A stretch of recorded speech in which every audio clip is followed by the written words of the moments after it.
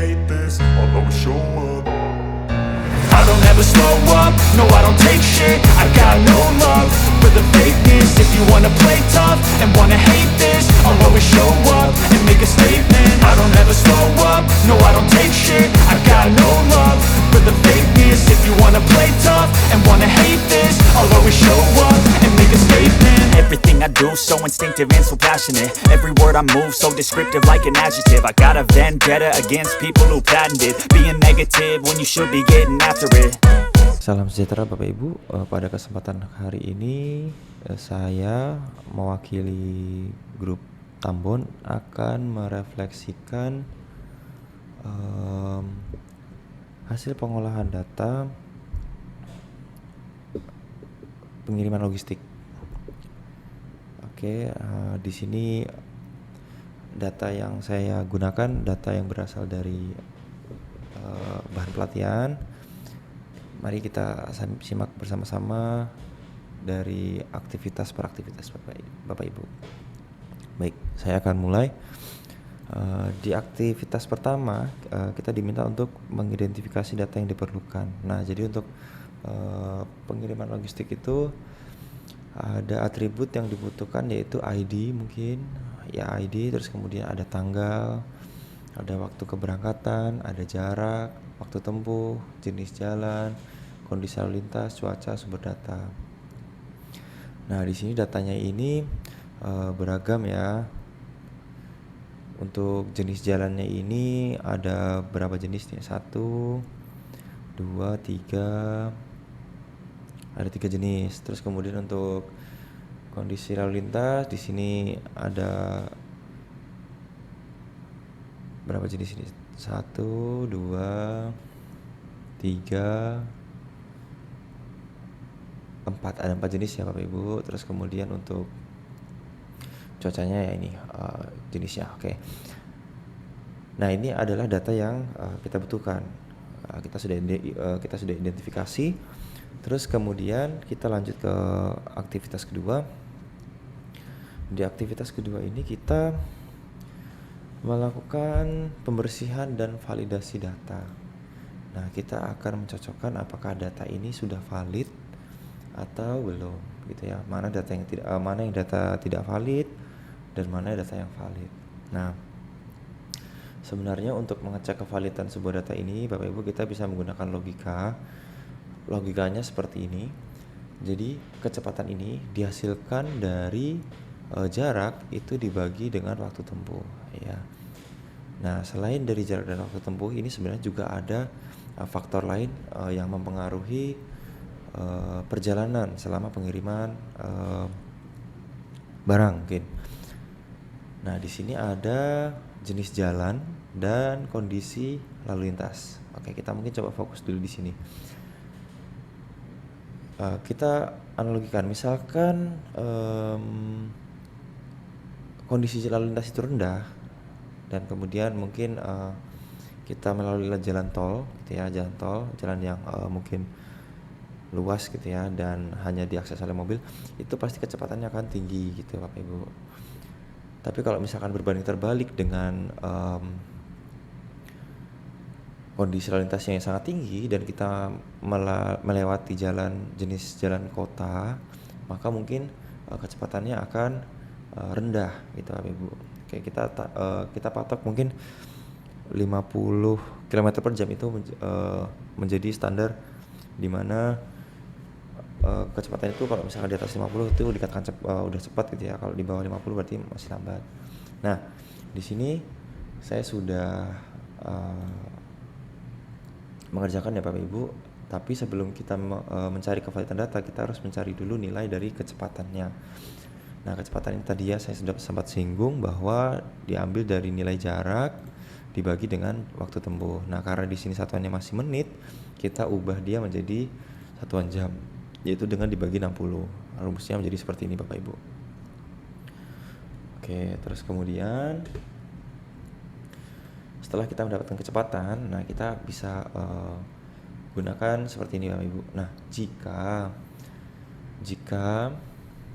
kecepatannya itu melebihi 50 dan ternyata kondisi lalu lintasnya itu tinggi ya, tinggi dikatakan macet mungkin, maka dia akan menginputkan atau mungkin menampilkan kata tidak gitu ya.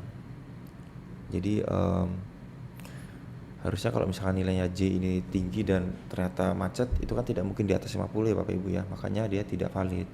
Nah selain dari itu dia datanya valid gitu ya. Nah kita sudah dapat hasilnya, sebenarnya saya sudah kerjakan, dan ternyata dari kumpulan data ini hanya satu data yang tidak valid, yaitu baris ini Bapak Ibu.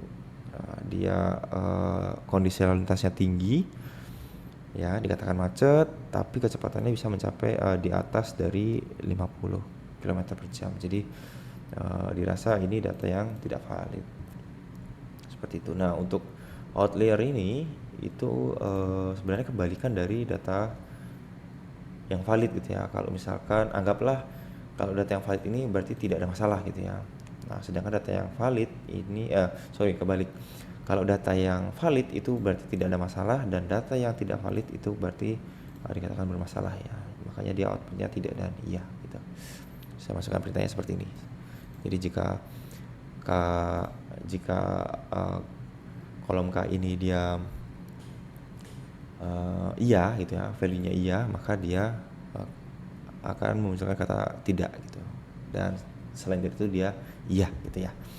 Oke, terus kemudian ada tahap 3 yaitu pengklasifikasian dan pengelompokan. Selection dulu, terus kemudian bisa pilih short filter. Nah, pilih yang custom short. Nah, di sini karena saya sudah urutkan, jadi ada 3 udah ada 3 nih Bapak Ibu ya untuk pengurutannya. Yang pertama dimulai dari kolom F dulu. Kolom F ini adalah jenis jalan. Nah, kalau misalkan di jenis jalan ini ada 2 data yang sama, maka akan dialihkan ke kolom G gitu ya. Oke, kolom G gitu. Nah, setelah jika kolom F dan kolom G ini juga ternyata sama datanya, akan dialihkan ke kolom H. Seperti itu urutannya Bapak Ibu dan pengelompokannya. Oke, kita klik OK karena ini sudah. Nah, terus kemudian kita lanjut ke sheet selanjutnya, yaitu ini. Di sini di sheet ini kita diberikan tugas untuk mengisi kolom-kolom yang sudah ditandai dengan warna hijau seperti ini Bapak Ibu. Nah, di sini ada kategori jarak yang harus kita cari dulu, kemudian kategori waktu, jenis hari, waktu ideal, dan indeks hambatan. Kita mulai dari kategori jarak dulu. Nah, jarak ini diambil dari ID perjalanan dan jarak ya sebenarnya. ID perjalanan ini mencakup semuanya, saya lupa. Jarak nih, dia beracuan dari jarak. Kalau jaraknya itu di bawah 10, ini ya sesuai dengan rumus, sesuai dengan ketentuan yang ada di sini. Kalau misalkan dia di bawah 10, maka dia akan dikatakan pendek.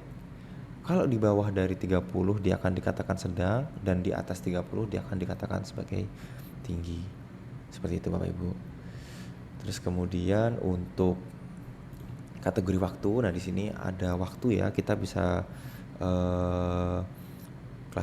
klasifikasikan menjadi pagi, siang, sore, dan malam.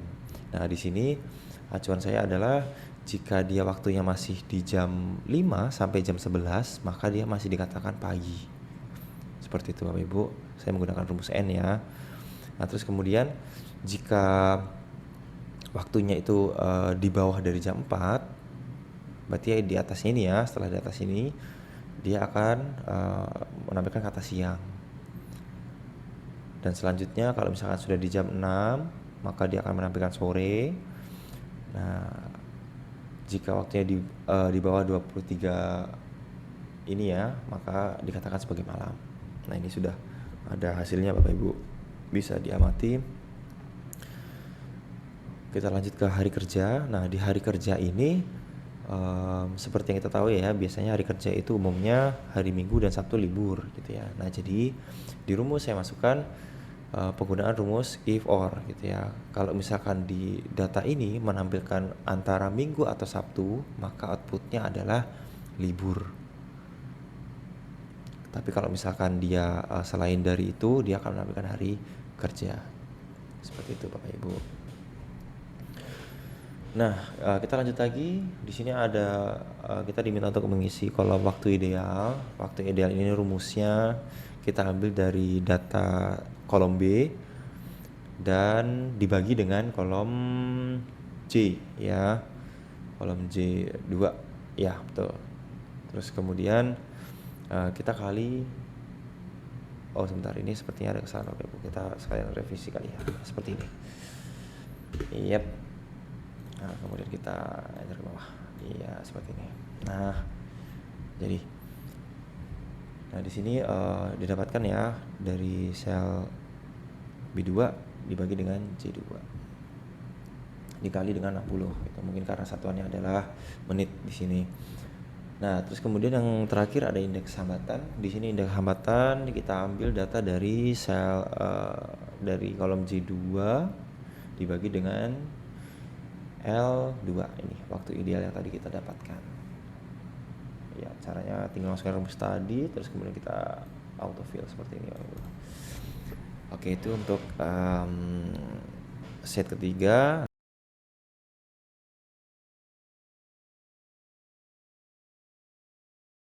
Nah, di aktivitas 4 ini, ini mohon maaf sekali Bapak Ibu, ada beberapa tabel yang kami belum mampu untuk menyelesaikannya gitu ya. Di sini yang bisa kami selesaikan adalah tabel standar deviasi. Maksudnya standar deviasi ya. Oke, di sini data diambil dari set kedua ya pada sel D2 dan sel dibagi dengan sel E2. Seperti itu Bapak Ibu. Kemudian kita tarik ke bawah. Nah, sebenarnya kami juga berencana untuk mengisi indeks hambatan rata-rata, tapi karena di sini acuannya dari D2 ya, dan D2 ini tidak ada datanya, jadi dia tidak menampilkan apa-apa Bapak Ibu, seperti itu. Oke, demikian refleksi dari kelompok tabon. Kurangnya kami mohon maaf. Terima kasih atas perhatiannya. Salam sejahtera untuk kita semua.